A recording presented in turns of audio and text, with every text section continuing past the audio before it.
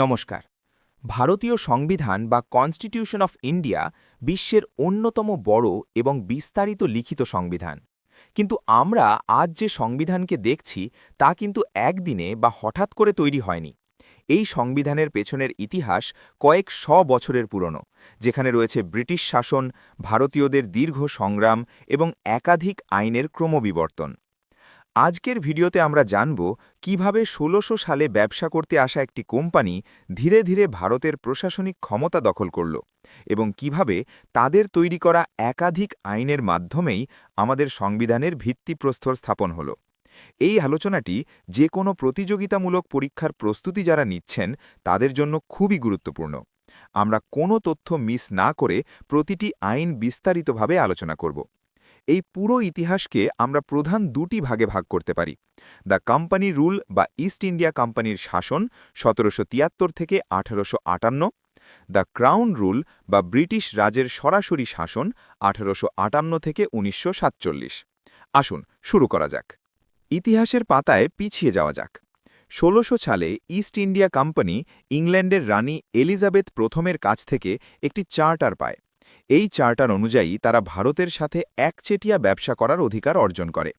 শুরুতে তারা ছিল শুধুই একটি বাণিজ্যিক প্রতিষ্ঠান, কিন্তু সময় পাল্টায়। ১৭৫৭ সালে পলাশির যুদ্ধ এবং তার ঠিক কয়েক বছর পরেই ১৭৬৪ সালে হয় বক্সারের যুদ্ধ। এই দুটি যুদ্ধের পরেই চিত্রটি সম্পূর্ণ বদলে যায়। ১৭৬৫ সালে তৎকালীন মুঘল সম্রাট শাহ আলম দুইয়ের কাছ থেকে কোম্পানি দিওয়ানি রাইটস বা দেওয়ানি অধিকার লাভ করে। এর অর্থ হল বাংলা, বিহার এবং ওড়িশার রাজস্ব আদায় এবং দেওয়ানি বিচারের ক্ষমতা সরাসরি কোম্পানির হাতে চলে আসে। এটাই ছিল সেই মুহূর্ত যখন একটি বণিক সংস্থা পুরোপুরি একটি আঞ্চলিক বা টেরিটোরিয়াল পাওয়ারে পরিণত হতে শুরু করে। এর পরেই শুরু হয় দুর্নীতি এবং প্রশাসনিক অব্যবস্থা। ব্রিটিশ সরকার বুঝতে পারে যে এই বিপুল ক্ষমতার উপর তাদের নিয়ন্ত্রণ দরকার, আর ঠিক তখনই প্রথম আইন পাশ হয়, দ্য কোম্পানি রুল ১৭৭৩ থেকে ১৮৫৮। এই সময়কালে ব্রিটিশ পার্লামেন্ট একের পর এক আইন পাশ করে ভারতে কোম্পানির কার্যকলাপ নিয়ন্ত্রণ করতে শুরু করে। Regulating act of ১৭৭৩। এটি ছিল ভারতে ইস্ট ইন্ডিয়া কোম্পানির কার্যক্রম নিয়ন্ত্রণ ও রেগুলেট করার লক্ষ্যে ব্রিটিশ সরকারের প্রথম পদক্ষেপ। এই আইনের মাধ্যমে প্রথমবার কোম্পানির রাজনৈতিক ও প্রশাসনিক কাজকে স্বীকৃতি দেওয়া হয় এবং ভারতে একটি কেন্দ্রীয় প্রশাসনের ভিত্তি স্থাপন করা হয়। এই আইনের প্রধান বৈশিষ্ট্যগুলো ছিল: বাংলার গভর্নরকে গভর্নর জেনারেল অফ বেঙ্গল পদে উন্নীত করা হয়, তার সাহায্যের জন্য ৪ সদস্যের একটি এক্সিকিউটিভ কাউন্সিল বা কার্যকরী পরিষদ গঠন করা হয়। এক্সট্রা ফ্যাক্ট: ভারতের প্রথম গভর্নর জেনারেল অফ বেঙ্গল কে ছিলেন? মনে রাখবেন, তিনি ছিলেন লর্ড ওয়ারেন হেস্টিংস। বম্বে এবং মাদ্রাজ প্রেসিডেন্সির গভর্নরদের বেঙ্গল প্রেসিডেন্সির অধীনে নিয়ে আসা হয়। সবচেয়ে গুরুত্বপূর্ণ, ১৭৭৪ সালে কলকাতায় একটি সুপ্রিম কোর্ট প্রতিষ্ঠিত হয়, যেখানে একজন প্রধান বিচারপতি এবং অন্য ৩ জন বিচারপতি ছিলেন। কোম্পানির কর্মচারীদের ব্যক্তিগত ব্যবসা বা স্থানীয় লোকেদের কাছ থেকে উপহার বা ঘুষ নেওয়া নিষিদ্ধ করা হয়। কোম্পানির কোর্ট অফ ডিরেক্টর্স বা কোম্পানির পরিচালনা পরিষদকে ব্রিটিশ সরকারের কাছে কোম্পানির রাজস্ব, দেওয়ানি এবং সামরিক বিষয়ের রিপোর্ট পেশ করতে বাধ্যতামূলক করা হয়। অ্যামেন্ডিং অ্যাক্ট অফ ১৭৮১ বা অ্যাক্ট অফ সেটেলমেন্ট। ১৭৭৩ সালের আইনের ত্রুটিগুলো দূর করার জন্য এটি পাশ হয়। এই আইনে সুপ্রিম কোর্টের এখতিয়ার নিয়ে কিছু পরিবর্তন করা হয়। মনে রাখবেন, গভর্নর জেনারেল, তার কাউন্সিল এবং কোম্পানির কর্মচারীদের তাদের সরকারি কাজের জন্য সুপ্রিম কোর্টের আওতা থেকে ছাড় দেওয়া হয়। এমনকি রাজস্ব সংগ্রহের বিষয়গুলোকেও কোর্টের এখতিয়ারের বাইরে রাখা হয়। এছাড়াও ব্যক্তিগত আইনের উপর গুরুত্ব দেওয়া হয়, যেমন সুপ্রিম কোর্টকে হিন্দুদের হিন্দু আইন এবং মুসলমানদের মোহামেডান আইন অনুযায়ী বিচার করার নির্দেশ দেওয়া হয়। পিটস ইন্ডিয়া অ্যাক্ট অফ ১৭৮৪। তৎকালীন ব্রিটিশ প্রধানমন্ত্রী উইলিয়াম পিট এই আইনটি পেশ করেন। এটি ছিল খুব গুরুত্বপূর্ণ, কারণ এটি প্রথমবারের মতো কোম্পানির বাণিজ্যিক এবং রাজনৈতিক কার্যাবলীর মধ্যে পরিষ্কার পার্থক্য তৈরি করে। এই আইনের মাধ্যমেই প্রথমবার ডাবল গভর্নমেন্ট বা দ্বৈত সরকার ব্যবস্থা চালু হয়। কিভাবে? বাণিজ্যিক বিষয়গুলো দেখাশোনার দায়িত্ব দেওয়া হয় কোর্ট অফ ডিরেক্টর্সকে। রাজনৈতিক, দেওয়ানি, সামরিক এবং রাজস্ব সংক্রান্ত বিষয়গুলো দেখাশোনার জন্য একটি নতুন সংস্থাই তৈরি করা হয়, যার নাম বোর্ড অফ কন্ট্রোল। এই আইনের মাধ্যমেই প্রথমবারের মতো ভারতে কোম্পানির অধিকৃত অঞ্চলকে ব্রিটিশ পজেশনস ইন ইন্ডিয়া বা ব্রিটিশ শাসিত ভারতীয় অঞ্চল বলে উল্লেখ করা হয়। অ্যাক্ট অফ 1786 1786 সালে লর্ড কর্নওয়ালিসকে গভর্নর জেনারেল অফ বেঙ্গল হিসেবে নিযুক্ত করা হয়। তিনি এই পদটি নেওয়ার জন্য দুটি শর্ত দিয়েছিলেন। প্রথমত, বিশেষ পরিস্থিতিতে তাকে তার কাউন্সিলের সিদ্ধান্ত বাতিল করার বা ওভাররাইড করার ক্ষমতা দিতে হবে, এবং দ্বিতীয়ত, তাকে কমান্ডার ইন চিফ বা প্রধান সেনাপতি পদে নিয়োগ করতে হবে। এই আইনের মাধ্যমে তার এই দুটি শর্তই মেনে নেওয়া হয়। চার্টার অ্যাক্ট অফ 1793 এই আইনের মাধ্যমে লর্ড কর্নওয়ালিসকে দেওয়া বিশেষ ক্ষমতা পরবর্তী সমস্ত গভর্নর জেনারেল এবং প্রেসিডেন্সি গভর্নরদের জন্য বাড়িয়ে দেওয়া হয়। এছাড়াও কোম্পানির ভারতে বাণিজ্যের একচেটিয়া অধিকার আরও ২০ বছরের জন্য বাড়িয়ে দেওয়া হয়। একটি গুরুত্বপূর্ণ বিষয় হল, এই আইনের মাধ্যমেই ঠিক করা হয় যে বোর্ড অফ কন্ট্রোলের সদস্য এবং তাদের কর্মচারীদের বেতন দেওয়া হবে ভারতের রাজস্ব থেকে। চার্টার অ্যাক্ট অফ 1833 এই আইনে কোম্পানির একচেটিয়া বাণিজ্যিক আধিপত্য বা ট্রেড মোনোপলি খর্ব করা হয়, অর্থাৎ এখন থেকে ভারতের সাথে বাণিজ্যের দরজা সমস্ত ব্রিটিশ ব্যবসায়ীদের জন্য খুলে দেওয়া হয়। তবে মনে রাখবেন, দুটি ক্ষেত্রে কোম্পানির মোনোপলি বা একচেটিয়া অধিকার বজায় রাখা হয়েছিল। প্রথমটি হল চায়ের ব্যবসা, দ্বিতীয়টি হল চীনের সাথে বাণিজ্য। এছাড়াও এই আইনে ভারতে ব্রিটিশ রাজের আধিপত্য স্পষ্টভাবে ঘোষণা করা হয়। এই আইনের মাধ্যমেই খ্রিস্টান মিশনারিদের ভারতে প্রবেশের অনুমতি দেওয়া হয় এবং ভারতীয়দের মধ্যে পাশ্চাত্য শিক্ষার প্রচারে জোর দেওয়া হয়। লোকাল গভর্নমেন্টগুলোকে সাধারণ মানুষের ওপর কর ধার্য করার এবং কর না দিলে শাস্তির ক্ষমতা দেওয়া হয়। চার্টার অ্যাক্ট অফ 1833 এটি ছিল ব্রিটিশ ভারতের কেন্দ্রীয়করণের বা সেন্ট্রালাইজেশনের চূড়ান্ত পদক্ষেপ। ভারতের প্রশাসনের ক্ষেত্রে এটি একটি বড় মাইলফলক। এই আইনের প্রধান বৈশিষ্ট্যগুলো ছিল, বাংলার গভর্নর জেনারেলের পদকে বদলে গভর্নর জেনারেল অফ ইন্ডিয়া করা হয় এবং সমস্ত দেওয়ানি এবং সামরিক ক্ষমতা তার হাতে দেওয়া হয়। এক্সট্রা ফ্যাক্ট, কে ছিলেন ভারতের প্রথম গভর্নর জেনারেল অফ ইন্ডিয়া? তিনি ছিলেন লর্ড উইলিয়াম বেন্টিক। বম্বে এবং মাদ্রাজ গভর্নররা তাদের আইন তৈরির ক্ষমতা বা লেজিসলেটিভ পাওয়ার্স পুরোপুরি হারিয়ে ফেলেন। পুরো ব্রিটিশ ভারতের জন্য আইন তৈরির একচেটিয়া ক্ষমতা পায় governor General of India. East India কোম্পানির বাণিজ্যিক কার্যকলাপ পুরোপুরি বন্ধ করে দেওয়া হয় এবং এটি একটি সম্পূর্ণ প্রশাসনিক বা অ্যাডমিনিস্ট্রেটিভ সংস্থায় পরিণত হয়। এই আইনে সিভিল সার্ভিস নিয়োগের জন্য একটি খোলা প্রতিযোগিতামূলক পরীক্ষার ব্যবস্থা চালু করার চেষ্টা করা হয়েছিল, যদিও কোর্ট অফ ডিরেক্টরসের বিরোধিতার কারণে তা কার্যকর হয়নি। চার্টার অ্যাক্ট অফ 1853 এই চার্টার সিরিজ ছিল কোম্পানি শাসনের শেষ আইন। এটি বেশ কিছু গুরুত্বপূর্ণ পরিবর্তন এনেছিল।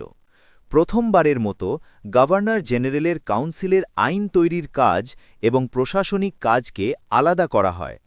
আইন তৈরির কাজের জন্য কাউন্সিলের সাথে আরও ৬ জন নতুন মেম্বার বা সদস্য যুক্ত করা হয়।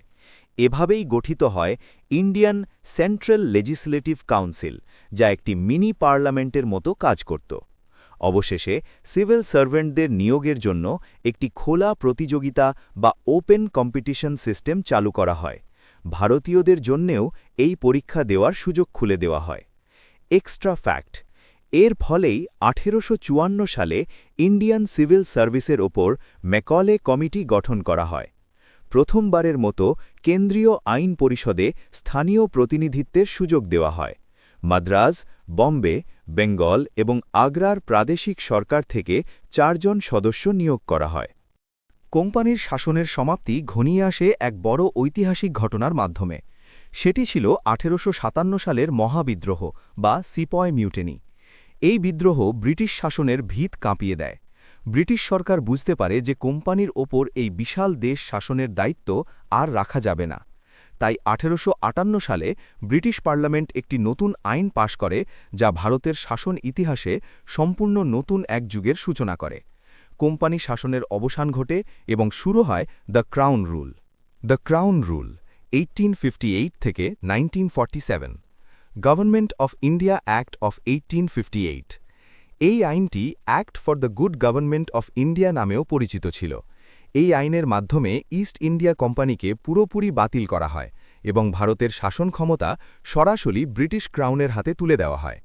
এই আইনের প্রধান পরিবর্তনগুলো ছিল, গভর্নর জেনারেল পদবি বদলে নতুন পদবি দেওয়া হয় ভাইসরয় অফ ইন্ডিয়া। তিনি সরাসরি ব্রিটিশ ক্রাউনের প্রতিনিধি হিসেবে কাজ করতেন। এক্সট্রা ফ্যাক্ট, ভারতের প্রথম ভাইসরয় কে ছিলেন? মনে রাখবেন, তিনি ছিলেন লর্ড ক্যানিং। এই আইনটি পিটস ইন্ডিয়া অ্যাক্টের মাধ্যমে চালু হওয়া ডাবল গভর্নমেন্ট বা দ্বৈত শাসন ব্যবস্থা পুরোপুরি বাতিল করে দেয়, অর্থাৎ বোর্ড অফ কন্ট্রোল এবং কোর্ট অফ ডিরেক্টর্স উভয়কেই বাতিল করা হয়। একটি সম্পূর্ণ নতুন অফিস তৈরি করা হয়, যার নাম secretary of state for India. তিনি ছিলেন ব্রিটিশ মন্ত্রিসভার সদস্য এবং ভারতীয় প্রশাসনের ওপর তার সম্পূর্ণ ক্ষমতা ছিল। সেক্রেটারি অফ স্টেটকে সাহায্য করার জন্য একটি 15 সদস্যের কাউন্সিল বা পরামর্শদাতা পরিষদ গঠন করা হয়, যাকে বলা হয় council of India. Secretary of state নিজেই এই কাউন্সিলের চেয়ারম্যান ছিলেন। Indian Councils Act of 1861। 1861 সালের পর ব্রিটিশরা বুঝতে পারে যে ভারতের শাসন ব্যবস্থা ভারতীয়দের সাহায্য ছাড়া বেশি দিন চালানো যাবে না। এই উদ্দেশ্যেই 1861 সালের আইনটি পাশ হয়। এটি ছিল খুবই গুরুত্বপূর্ণ। এই আইনের মাধ্যমে আইন তৈরির প্রক্রিয়ায় ভারতীয়দের অংশগ্রহণের সুযোগ দেওয়া হয়। ভাইসরয় আইন পরিষদের সদস্য হিসেবে কিছু ভারতীয়কে নন অফিসিয়াল সদস্য হিসেবে মনোনীত করার সুযোগ পান। এক্সট্রা ফ্যাক্ট, 1862 সালে তৎকালীন viceroy lord Canning raja of Benares, maharaja of Patiala এবং স্যার দিনকর রাওকে তার লেজিসলেটিভ কাউন্সিলে মনোনীত করেছিলেন। 1833 সালের আইনের মাধ্যমে শুরু হওয়া কেন্দ্রীকরণের নীতি বদলে ডিসেন্ট্রালাইজেশন বা বিকেন্দ্রীকরণের প্রক্রিয়া শুরু হয়। কিভাবে?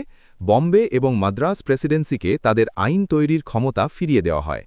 এই আইনটি লর্ড ক্যানিংয়ের দ্বারা 1859 সালে শুরু করা পোর্টফোলিও ব্যবস্থা বা দপ্তরভিত্তিক ব্যবস্থা অনুমোদন দেয়।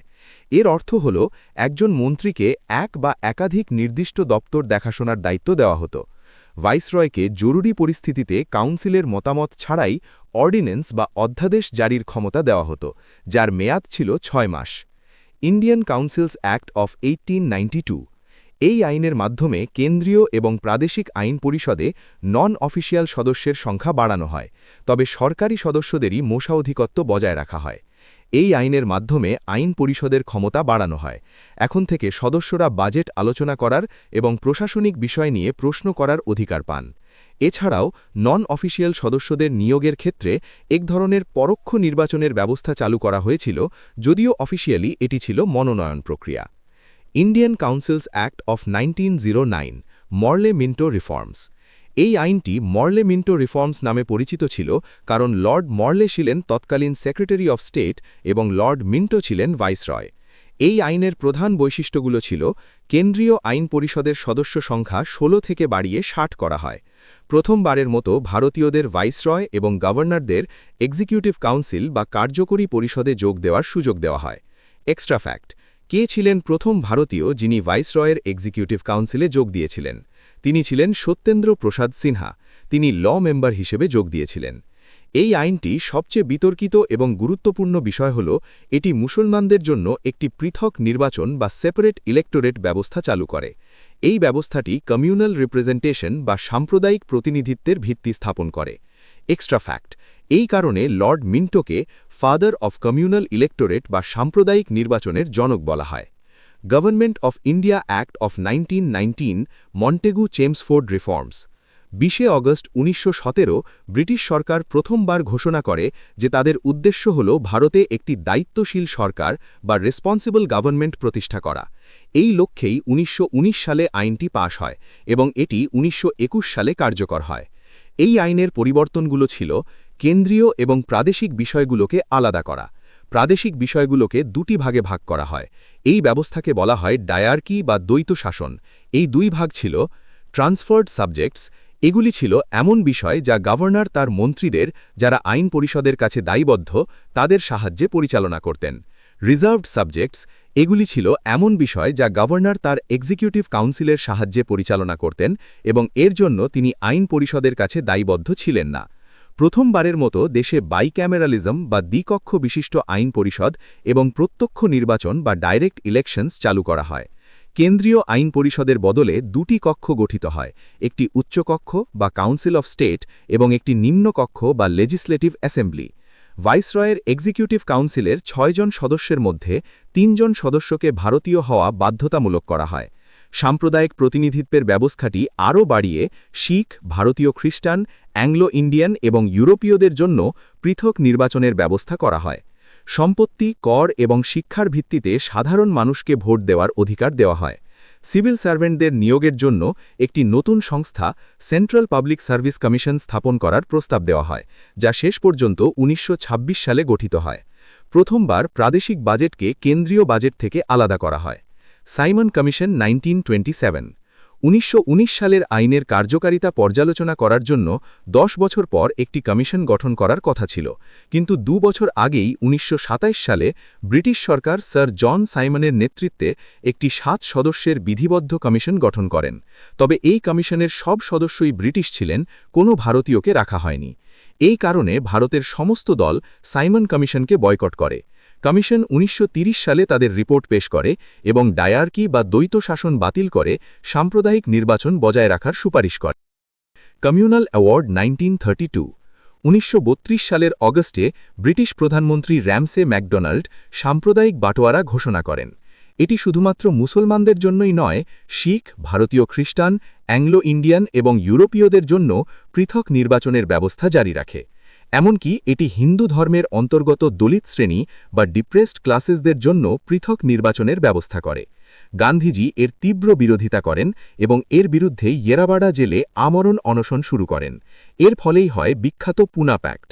পুনা চুক্তির মাধ্যমে হিন্দু যৌথ নির্বাচন ব্যবস্থা বজায় রাখা হয়, কিন্তু দলিত শ্রেণীর জন্য আলাদা কিছু আসন বা সংরক্ষিত আসনের ব্যবস্থা করা হয়। Government of India Act of 1935 এটি ছিল ভারতের সংবিধান রচনায় সবচেয়ে গুরুত্বপূর্ণ আইন। এটি ছিল খুবই দীর্ঘ এবং বিস্তৃত একটি আইন, যার মধ্যে ৩২১টি ধারা এবং 10টি শেডিউল ছিল। এই আইনের প্রধান বৈশিষ্ট্যগুলো ছিল, এই আইনে একটি অল ইন্ডিয়া ফেডারেশন গঠনের প্রস্তাব দেওয়া হয়, যা তৈরি হবে ব্রিটিশ ভারতীয় প্রদেশ এবং ভারতীয় দেশীয় রাজ্যগুলো বা প্রিন্সলি স্টেটসদের নিয়ে।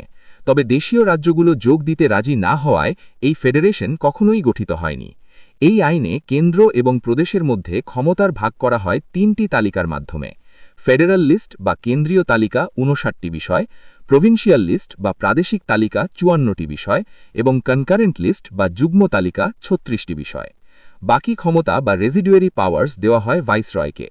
এই আইনে প্রাদেশিক স্তরে ডায়ার্কি বা দ্বৈত শাসন বাতিল করা হয় এবং প্রভিন্সিয়াল অটোনমি বা প্রাদেশিক স্বায়ত্তশাসন চালু করা হয়। এই ব্যবস্থাটি ১৯৩৭ সালে কার্যকর হয় এবং ১৯৩৯ সালে তা বাতিল করে দেওয়া হয়। এই আইনে কেন্দ্রীয় স্তরে ডায়ার্কি বা দ্বৈত শাসন চালু করার প্রস্তাব দেওয়া হয়েছিল, যদিও এটি কখনোই কার্যকর হয়নি। 11টির মধ্যে 6টি প্রদেশে দ্বিকক্ষ বিশিষ্ট আইন পরিষদ চালু করা হয়। এই প্রদেশগুলো ছিল বেঙ্গল, বম্বে, মাদ্রাস, বিহার, আসাম এবং ইউনাইটেড প্রভিন্সেস। সাম্প্রদায়িক প্রতিনিধিত্বের ব্যবস্থাটি আরও বাড়িয়ে নারী এবং শ্রমিকদের জন্য পৃথক নির্বাচনের ব্যবস্থা করা হয়। এই আইনের মাধ্যমেই ভারতের মুদ্রা ও ঋণ ব্যবস্থা নিয়ন্ত্রণের জন্য রিজার্ভ ব্যাংক অফ ইন্ডিয়া স্থাপন করার প্রস্তাব দেওয়া হয় এবং ১৯৩৭ সালে একটি ফেডারেল কোর্ট গঠন করা হয়। ইন্ডিয়ান ইন্ডিপেন্ডেন্স অ্যাক্ট অফ 1947 ১৯৪৭ সালের ৩ অগস্ট তৎকালীন ভাইসরয় লর্ড মাউন্টব্যাটেন ভারতের বিভাজনের একটি পরিকল্পনা পেশ করেন, যা মাউন্টব্যাটেন প্ল্যান নামে পরিচিত। এই পরিকল্পনা অনুযায়ী ১৯৪৭ সালের ইন্ডিয়ান ইন্ডিপেন্ডেন্স অ্যাক্ট পাশ হয়। এই আইনের প্রধান বৈশিষ্ট্যগুলো ছিল, এই আইনের মাধ্যমে ভারতে ব্রিটিশ শাসনের অবসান ঘটে এবং ১৯৪৭ সালের ১৫ই অগস্ট ভারতকে একটি স্বাধীন ও সার্বভৌম রাষ্ট্র হিসেবে ঘোষণা করা হয়। ভারতকে ভাগ করে দুটি স্বাধীন ডোমিনিয়ন তৈরি করা হয়, ইন্ডিয়া এবং পাকিস্তান।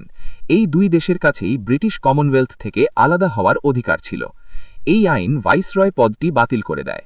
এখন থেকে দুটি ডোমিনিয়নের জন্যই একজন করে গভর্নর জেনারেল নিযুক্ত করার ব্যবস্থা করা হয়, যাকে ব্রিটিশ রাজ ডোমিনিয়ন মন্ত্রিসভার পরামর্শে নিয়োগ করবেন।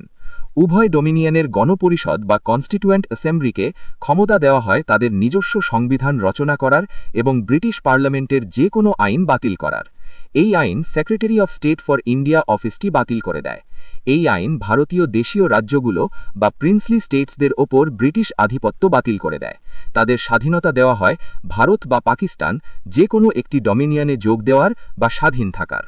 ব্রিটিশ রাজের রাজকীয় উপাধি থেকে এম্পারার অফ ইন্ডিয়া উপাধিটি বাতিল করে দেওয়া হয়। এক্সট্রা ফ্যাক্ট: স্বাধীন ভারতের প্রথম গভর্নর জেনারেল কে ছিলেন? তিনি ছিলেন লর্ড মাউন্টব্যাটেন।